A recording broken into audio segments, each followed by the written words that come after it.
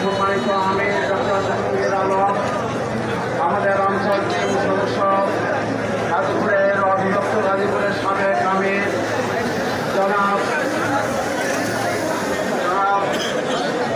আবুল হাসেম সাহেব সহ জামা মঞ্চের জামা নেতৃবৃন্দ, প্রাণপ্রিয় গাজীপুরবাসী ভাইরা, আসসালামু আলাইকুম রহমতুল্লাহ। সম্মানিত ভাইরা আমার, 2011 সালের 19 সেপ্টেম্বর তারিখে জামাত ইসলামীর এটিএম আজহারুল ইসলাম সাহেব, আমি এখন লোক ধরবে কি ওখানে করা হয়েছিল এবং শত শত জামাত কর্মীদেরকে সেদিন ওই পুরাতন ঢাকা কারাগারে সেদিন নিক্ষিপ্ত করা হয়েছিল।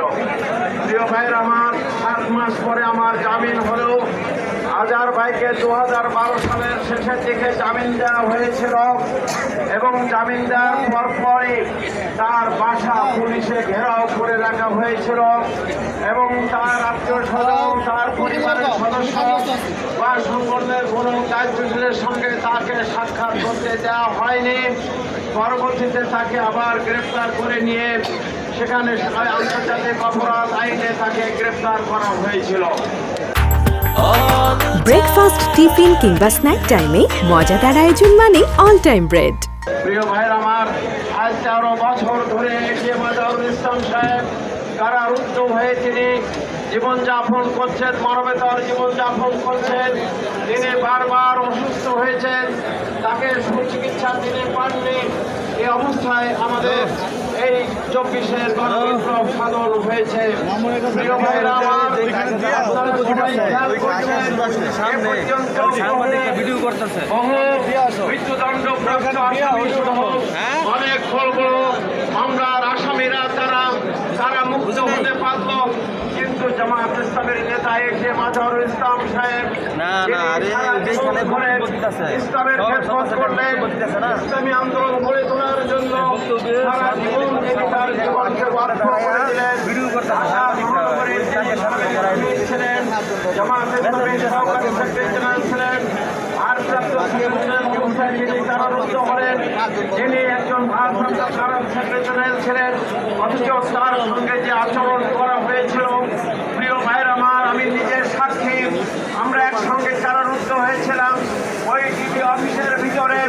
ওই পুলিশ অফিসার মেহেদি তাকে নিয়ে যেভাবে অত্যাচার করেছিল, তাকে যেভাবে নির্যাতন করেছিল এবং সেটা ভাষায় বর্ণনা করার মতো নয়। তার চেহারা সম্পূর্ণ বিকৃত হয়ে গিয়েছিল। এভাবে করেই তিনি তারা জীবনের শুরু থেকে এখনো পর্যন্ত তিনি নির্যাতিত, নিষ্পেষিত হয়ে তিনি জীবনযাপন করছেন। অথচ আমরা দেখতে পাচ্ছি এই 6 মাস হলো দেশ স্বাধীন হলো, নতুন স্বাধীনতা পেল, কিন্তু আমাদের প্রিয় ভাই আজহার ভাই মুক্তি পেল না, অথচ অন্যান্য দলের নেতারা মুক্তি পেল। তাহলে যে বৈষম্য বিরোধী আন্দোলনের ফলে এই দেশ স্বাধীন হলো, সেই বৈষম্য বিরোধী আন্দোলনের ফলে এখন আমরা দেখতে পাচ্ছি যে আমাদের জন্য আবার নতুন বৈষম্য সৃষ্টি করা হলো। এই জন্য আমরা এই সরকারের কাছে আমাদের জোর দাবি যে আমাদের প্রিয় ভাই আজহার ভাইকে অনতিবিলম্বে মুক্তি দান করুন এবং আমাদেরকে রাজপথে আর নামাবেন না। আমরা আন্দোলন সংগ্রাম করেছি দীর্ঘ 15টি বছর ধরে, আল্লাহর অপার মেহেরবানিতে জনগণের সহযোগিতায় এবং ছাত্র জনতার আন্দোলনের মাধ্যমে যে ফ্যাসিস্ট হাসিনার বিদায় নিয়েছে, যে হাসিনা এই বাংলাদেশের জনগণের সরকারের জনগণের দ্বারা দায়িত্বশীল নেতৃত্ব, সেই অধ্যাপক গোলাম আজম, মঞ্জুর রহমান নিজামী, মীর কাসেম আলী, আলী আসবাব মুজাহিদ সহ আব্দুল কাদের মোল্লা আবদুল্লাহকে যেমন ফাঁসি দিয়েছিল আজহার ভাইকেও তেমনি তারা ভয় করত যে দেশের জাগ্রত জনতার নেতা হিসাবে সেই আজহার ভাইকে তারা কারারুদ্ধ করেছিল। আমরা অনতিবিলম্বে সরকারের কাছে জোর দাবি জানাই আমাদের প্রিয় নেতা আজহারুল ইসলাম সাহেবকে মুক্তি দেওয়া হোক এবং এই জনগণের ময়দানে আবার তাকে কাজ করার সুযোগ দেওয়া হোক।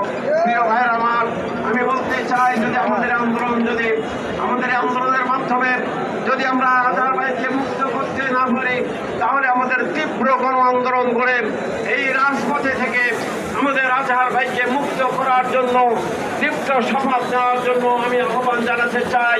আপনারা কি রাজি আছেন?